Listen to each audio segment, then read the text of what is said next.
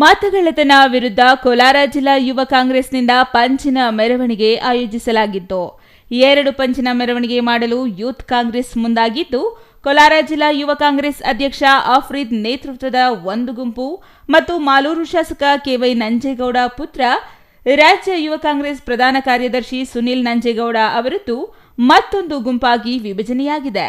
ಮತಗಳ್ಳತನ ವಿರುದ್ಧ ಜನಜಾಗೃತಿಯಲ್ಲೂ ಯೂತ್ ಕಾಂಗ್ರೆಸ್ ಗುಂಪುಗಾರಿಕೆ ನಡೆಸಿರೋದು ಕಾಂಗ್ರೆಸ್ ವಲಯದಲ್ಲೇ ಅಸಮಾಧಾನಕ್ಕೆ ಕಾರಣವಾಗಿದ್ದು, ಕೋಲಾರ ನಗರದ ಇಟಿಸಿಎಂ ವೃತ್ತದಿಂದ ಒಂದು ಬಣ ಮತ್ತು ಬೈರೇಗೌಡ ನಗರದಿಂದ ಮತ್ತೊಂದು ಬಣ ಪಂಚಿನ ಮೆರವಣಿಗೆ ನಡೆಸುವ ಮೂಲಕ ಕಾಂಗ್ರೆಸ್ ಬಣ ರಾಜಕೀಯವನ್ನ ಬಹಿರಂಗಗೊಳಿಸುವಲ್ಲಿ ಯಶಸ್ವಿಯಾಗಿದೆ. ರಾಷ್ಟ್ರೀಯ ಯುವ ಕಾಂಗ್ರೆಸ್ ಅಧ್ಯಕ್ಷ ಉದಯ್ ಭಾನು ಸಮ್ಮುಖದಲ್ಲೇ ಗುಂಪುಗಾರಿಕೆ ಬಹಿರಂಗವಾಗಿದ್ದು, ಇದು ಎಲ್ಲಿಗೆ ಮುಟ್ಟಲಿದೆ ಎಂಬುದನ್ನು ಕಾದು ನೋಡಬೇಕಾಗಿದೆ.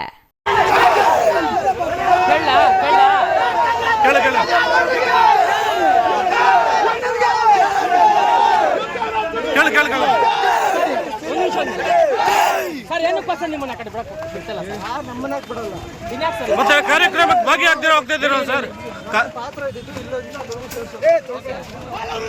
ಅಲ್ಲ, ಸ್ಟೇಜ್ ಪ್ರೋಗ್ರಾಮ್ ಇತ್ತು.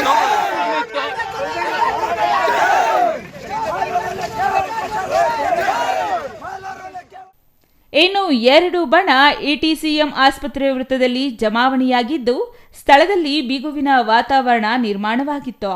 ಇದರಿಂದ ಯಾವುದೇ ಅಹಿತಕರ ಘಟನೆ ನಡೆಯದಂತೆ ಮುನ್ನೆಚ್ಚರಿಕಾ ಕ್ರಮವಾಗಿ ಸ್ಥಳದಲ್ಲಿ ಹೆಚ್ಚಿನ ಪೊಲೀಸ್ ಬಂದೋಬಸ್ತ್ ಏರ್ಪಡಿಸಲಾಗಿತ್ತು.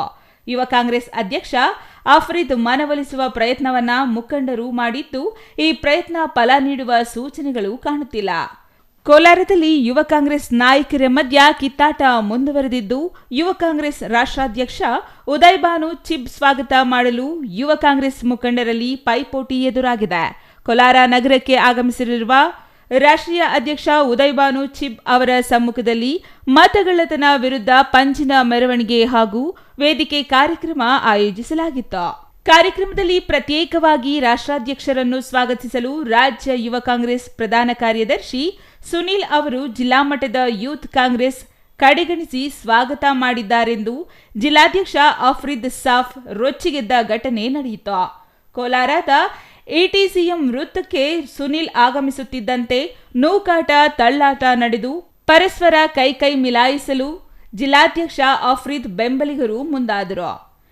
ಈ ವೇಳೆ ನೂಕಾಟ ತಳ್ಳಾಟ ನಡೆದ ಪರಿಣಾಮ ಪರಿಸ್ಥಿತಿ ನಿಭಾಯಿಸಲು ಪೊಲೀಸರು ಹರಸಾಹಸ ಪಡುವಂತಾಯಿತು. ಯುವ ಕಾಂಗ್ರೆಸ್ ಕಾರ್ಯಕರ್ತರ ಮೇಲೆ ಲಾಠಿ ಬೀಸಲು ಪೊಲೀಸರು ಮುಂದಾಗುವ ಸ್ಥಿತಿ ನಿರ್ಮಾಣವಾಗಿತ್ತು.